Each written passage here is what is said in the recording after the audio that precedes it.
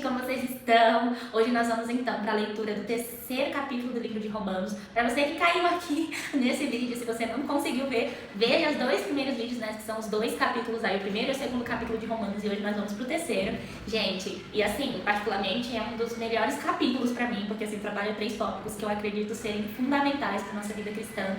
E hoje nós vamos fazer essa leitura rapidinha, um breve comentário. Nós estamos fazendo aqui, não é um estudo aprofundado, pessoal, mas sim uma leitura com um breve comentário da minha parte, né? Eu que amo o livro de Romanos, e nós vamos fazer isso hoje, com a graça do Senhor. E se você puder, assista esse vídeo, escute esse capítulo maravilhoso e compartilhe com todas as mulheres que você tem certeza que precisam também ouvir e absorver essa palavra dos céus para a vida delas. Então bora lá, gente, pro terceiro capítulo, né? Um capítulo assim maravilhoso, e como eu falei pra vocês, ele se divide em 3 tópicos, que são muito importantes. Então vamos começar aí no verso 1. O primeiro título, né, o primeiro tópico, ali está escrito a fidelidade de Deus.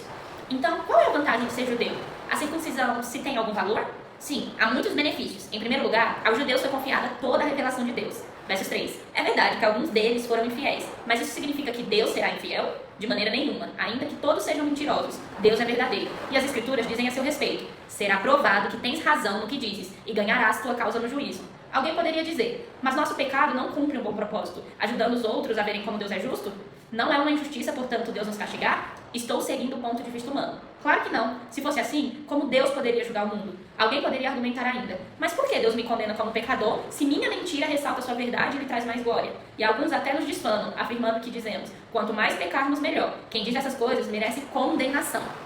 Bom, gente, aqui claramente nesse primeiro tópico, Paulo está querendo falar ali para a igreja de Roma sobre um Deus que é fiel. Que mesmo quando Adão, primeira criatura que Jesus, né, ali criou, que Deus criou naquele momento, vem e peca, faz aquilo que Deus tinha ordenado para que não fizesse, e aí se origina essa natureza de pecado. Nós já nascemos, né, no pecado, a nossa natureza é pecaminosa, mas aí Jesus vem para poder nos redimir, para nos justificar, para de fato nos trazer redenção. Então, mesmo sendo pecadores, ele mostra, Deus continua sendo fiel. Ainda que erramos, ainda que pecamos, ainda que mentimos, ainda que roubamos, Deus permanece fiel como ele permaneceu. Mesmo Adão pecando lá atrás, no início de tudo, ele permaneceu fiel. Isso não tirou a consequência do pecado, mas aí que se revela a grandiosidade do nosso Deus em, de fato, nos abraçar e nos envolver na sua graça, mesmo diante do pecado. Porque Deus abomina o pecado, mas Ele ama os pecadores, porque através da sua graça nós vemos o nosso pecado, mas nós conseguimos sentir o desejo de nos libertar e sermos santificados. Gente, é muito engraçado, porque hoje eu tô gravando, tá chovendo muito, absurdamente. E eu tava com a iluminação normal, e aí eu até acendi a luz porque tá dublado, mas agora acabou a força, não tem mais energia. Tá chovendo, mas eu não vou desistir desse vídeo. Eu espero que você não desista de ouvir o restante dele. Vamos pro segundo tópico desse capítulo. E o segundo tópico tem como título Todos são pecadores. Versos 9. Pois bem, devemos concluir que nós judeus somos melhores que os outros? Não, de maneira nenhuma, pois já mostramos que todos, judeus ou gentios, estão sob o poder do pecado, como afirmam as Escrituras. Ninguém é justo, nenhum sequer. Ninguém é sábio, ninguém busca a Deus. Versos 12. Todos se desviaram, todos se tornaram inúteis. Ninguém faz o bem, nenhum sequer.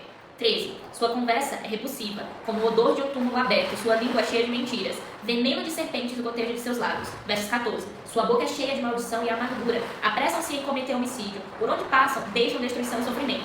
Não sabem onde encontrar paz, não têm menor temor de Deus. Versos 19. É evidente que a lei se aplica àqueles a quem ela foi entregue, pois seu propósito é evitar desculpas e mostrar que todo mundo é culpado diante de Deus. Versos 20, pois ninguém será declarado justo diante de Deus por fazer o que a lei ordena. A lei simplesmente mostra quanto somos pecadores. Gente, eu acho isso muito incrível, o quanto Paulo vem aqui, ó, martelando. É uma espada afiada mesmo pra gente, tipo, uma lapada na cara da sociedade, porque ele vem falando, tipo, todos são pecadores. Não há exceção, todos somos pecadores. Nenhum sequer é digno da glória do Senhor. E isso, de fato, é a preciosidade de Jesus, porque mesmo todos caindo, não existem outros que sejam santos como Jesus foi e é. Ele é, porque ele foi o único que se fez carne e passou por todas as provações, talvez por tudo que nós já passamos na nossa vida, mas ele não se entregou ao pecado. Pelo contrário, ele foi justo e fiel até o último minuto, fôlego de vida, ali para ser crucificado, e ressuscitou, sendo santificado, glorioso. Então Paulo vem ali reafirmando para aquela igreja e para todos nós Ainda que tentamos, a nossa boca, ela é um veneno, a nossa língua realmente goteja com veneno, como se fosse o veneno de uma serpente, ele vem falando ali, porque ainda que a gente faça as melhores coisas, as boas obras, mas a gente acaba caindo num ponto ou no outro, na nossa natureza pecaminosa, e é por isso que nós precisamos tanto de Jesus, precisamos da graça dele, porque só através de Jesus nós conseguimos ser santificados por ele, só através da graça do Senhor, só através da sua obra redentora, de salvação, que pode nos proporcionar isso, para que nós saiamos de uma vida de promiscuidade, de pecado atrás de pecado, não porque vamos deixar de pecar, mas vamos, talvez, rejeitar o pecado, entender que isso de fato é mal. E aí Paulo vem afirmando que é por isso que a lei mostra quanto realmente somos pecadores, porque às vezes nós só não praticamos tais coisas por causa de uma lei, e não porque entendemos que isso não é bom. Jesus já deixou isso muito claro pra gente, que isso não é bom, mas só porque tem uma lei ali falando, olha, não faça isso, não faça aquilo, aí a gente não faz. Como é, né? Vamos pro terceiro e último tópico do terceiro capítulo de Romanos. Gente, glória a Deus, eu estava aqui falando com vocês e a luz voltou. Oh, aleluia. Vamos pro terceiro tópico então, tem como título Cristo tomou sobre si nosso castigo. E esse daqui, olha, se depois que você ouvir isso aqui e a tua mente não começar a refletir sobre isso, cara, desiste tudo, brincadeira à parte. Não, toma isso aqui, reflete sobre isso, mastiga e faz a sua mente ficar trabalhando sobre isso aqui, o seu coração precisa estar atento ao que Paulo está aqui falando com a gente. Vamos lá pro terceiro capítulo. Versos 21. Agora, porém, conforme prometido na lei de Moisés e dos profetas, Deus nos mostrou como somos declarados justos diante dele, sem as exigências da lei. Somos declarados justos diante de Deus por meio da fé em Jesus Cristo. Não, eu vou ter que ler esse versículo aqui de novo, versos 22. Somos declarados justos diante de Deus por meio da fé em Jesus Cristo. E isso se aplica a todos que creem, sem nenhuma distinção. Ou seja, para sermos declarados justos, não, eu tive que dar uma pausa aqui nesse versículo. Vocês entendem isso? Para você ser declarado diante de Deus, é a sua fé em Jesus Cristo. Pô, eu creio que Jesus nasceu, cresceu, foi crucificado e ressuscitou para perdoar os meus pecados, porque ele me ama e ele me dá a chance de ser uma pessoa nova, uma nova criatura. Isso é fantástico demais. Versos 23. Pois todos pecaram e não alcançam o padrão da glória de Deus.